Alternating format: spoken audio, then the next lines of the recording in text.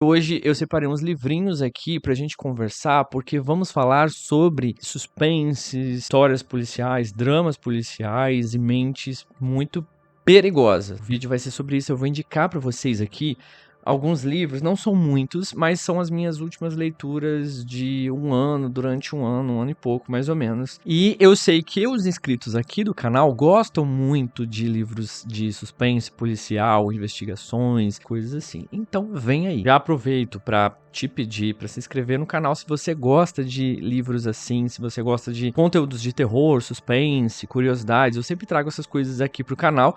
Então eu reúno bastante assuntos sobre esse nicho e também no podcast tem link aqui embaixo na descrição do podcast.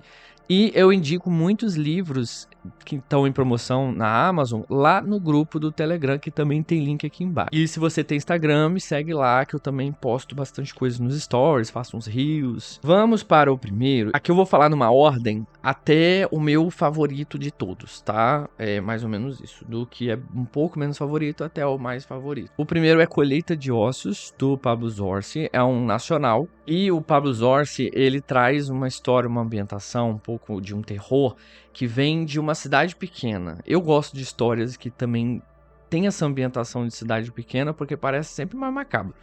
E aí, essa história aqui dele vai contar sobre uma situação que aconteceu no interior de restos mortais que foram aparecidos, assim, foram encontrados espalhados pela cidade. E aí cabe a um delegado que já tem um monte de traumas, tem um monte de problemas no passado, e ele tem que resolver, ele tem que investigar que crime, o que é que está acontecendo. O que é legal aqui nessa história é que envolve coisas com crimes, mas também envolvem coisas meio sobrenaturais, místicas, coisas assim. Então, o Pablo Zorzi, ele decidiu seguir por esse caminho. Então, para quem gosta, aqui já é uma boa pedida. É um livro de quantas páginas tem? 300 páginas, basicamente. Pouco menos de 300 páginas. Esse livro eu acho que é um dos mais novos do Pablo Zorzi. Ele tem um também chamado O Homem de Palha. Aí saiu esse aqui ano passado, se eu não me engano. E agora tá para sair O Homem de Palha 2. Então, se você gosta de suspense, esse estilo de livro, ainda mais nacional, eu acho bem legal. A história que acontece no sul, se eu não me engano, num ambiente meio rural e tal. Eu gostei da parte investigativa e também desses elementos sobrenaturais, meio assim, místicos, como eu posso dizer. Só queria mais coisas. Quando eu li, eu fiquei sedento de mais elementos assim, sabe? Porque eu sou do tipo de leitor que gosto do exagero ali da história. Gosto de um exagero. Pra mim, menos diálogos meio aleatórios, assim, meio que não estão dentro da história, e mais acontecimentos na história. Não que esse livro tenha pouco, mas é porque eu sou exigente demais. Uma Mulher no Escuro, do Rafael Montes, é um outro sobre uma mistura, tá? É uma mistura de coisa de crime com questões de passado. É um thriller psicológico, tá? E aqui conta a história de uma moça, é uma moça, que ela no passado, quando criança, ela sofreu um ataque na casa dela, né? A família dela toda foi assassinada, foi uma chacina e ela foi a única sobrevivente. Então, óbvio que isso foi um trauma que ficou na vida dela toda. E hoje ela, como uma mulher adulta, né? Ela tenta seguir com a vida dela, porém ela é uma pessoa que sofre muito de depressão e tudo e tal.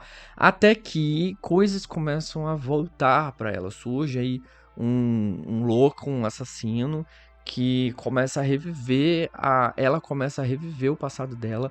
Coisas que ela tava tentando se desapegar acabam voltando. Eu só achei pesado, tá? Eu achei um livro com situações assim, sem filtro. Porque o Rafael Montes, eu acho que ele é um cara muito sem filtro, assim, pra botar um terror, tá? Ele não tem medo, não. Ele não tem receio se o leitor vai se sentir muito mal, se é uma coisa muito pesada. Então tem muito disso, sabe? Então se você não liga pra coisas muito escrachadas, não tem problema, pode ler isso aqui sem problema nenhum. Eu só acho que Uma Mulher no Escuro é um dos livros menos falados do Rafael Montes. Pelo menos na minha bolha, eu vejo muitas pessoas falarem de Suicidas, até esse agora de Uma Família Feliz, mas esse é o que eu menos ouço falar, né? E é bom falar que, assim, eu li quase todos os livros do Rafael Montes, agora só está me faltando o último, que é Jantar Secreto.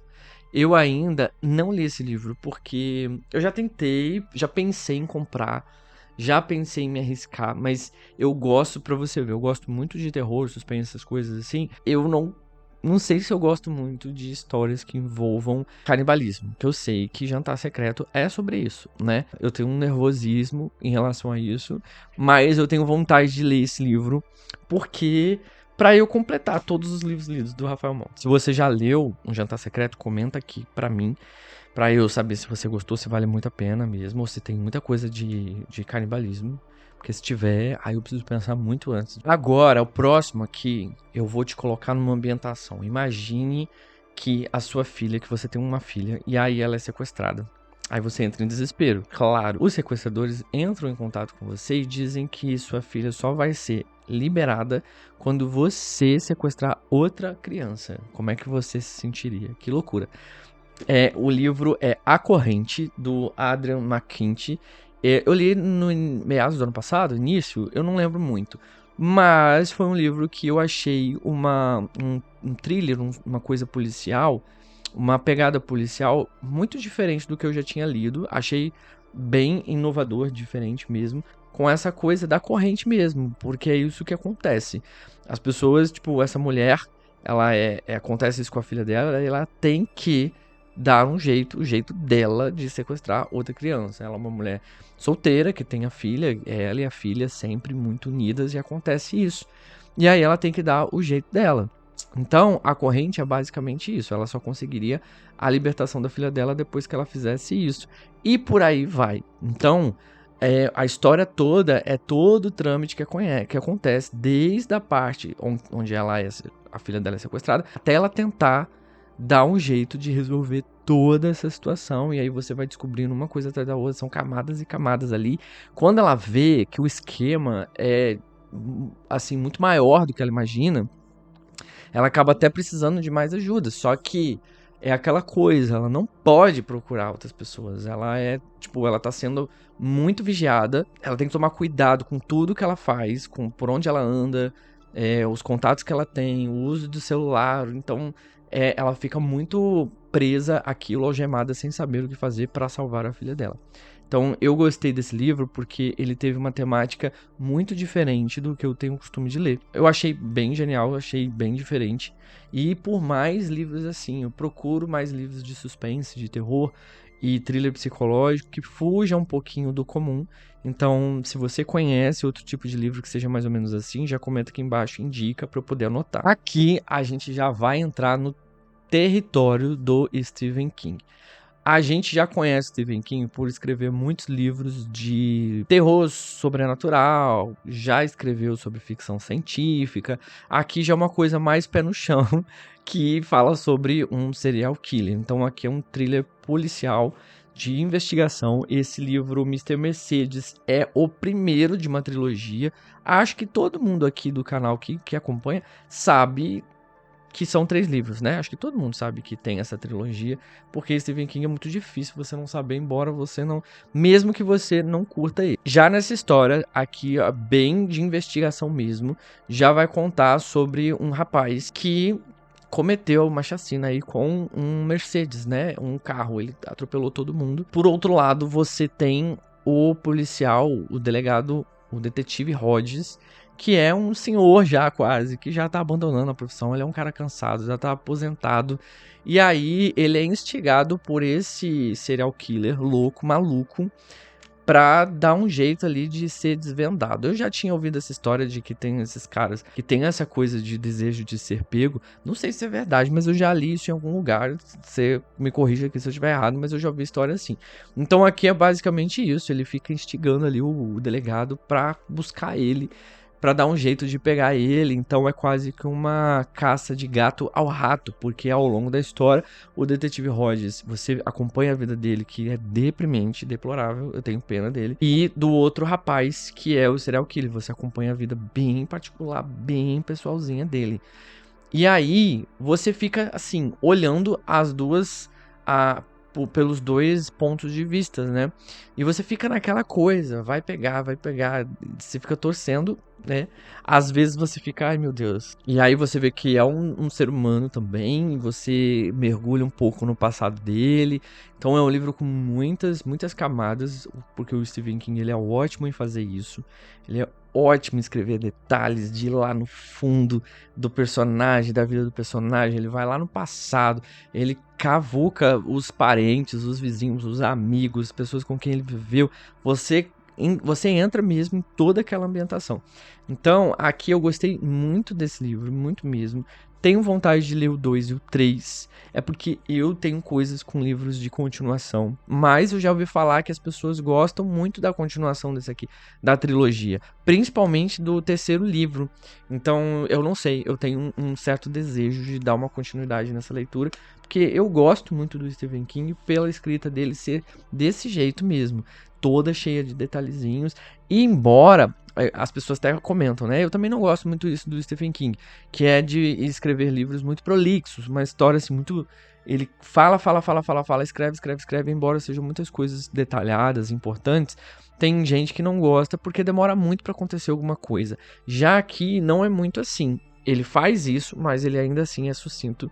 Ele consegue ser mais rápido, então as coisas não são tão enroladas como em outros livros dele. Para fechar, eu venho trazer para você um livro mais introspectivo, mas muito poderoso, que é A Anatomia de uma Execução, da Dania Kafka. Já panfletei esse livro aqui faz muito tempo, até ano passado, eu já falei muito dele. Esse livro foi lançado ano passado pela Darkside e eu comprei logo pouco depois que lançou, porque todo mundo que estava lendo estava dando 5 estrelas, todo mundo estava lendo, estava falando, nossa, que livro profundo. E realmente é um livro de crime, é um livro sobre mentes muito perigosas, mas ele é mais puxado para um drama. Porque você vai acompanhar um rapaz que está lá na beira da execução dele, na pena de morte, né, na cadeia, e aí você não acompanha a história pelo ponto de vista dele, você acompanha pelo ponto de vista da mãe de uma vítima e também de uma carcereira que trabalha ali na cadeia e lida com ele. Então são 3 relatos, 3 pontos de vista que você fica, assim, bem angustiado, porque são 3 mulheres, né, assim, diferentes, e aí você olha pelo lado da mãe dele, que te dá muita angústia. Toda vez que o livro voltava nesse momento do passado, eu ficava bem angustiado. Você sente muita pena por ter sido uma vida tão miserável, uma vida tão cheia de problemas, violência, enfim. Tanto ele como sua mãe, muitas coisas aconteceram no passado e foram acontecendo ao longo dos anos que ele foi crescendo, né? Até ele ser pego, ser preso e entrar lá pro corredor da morte.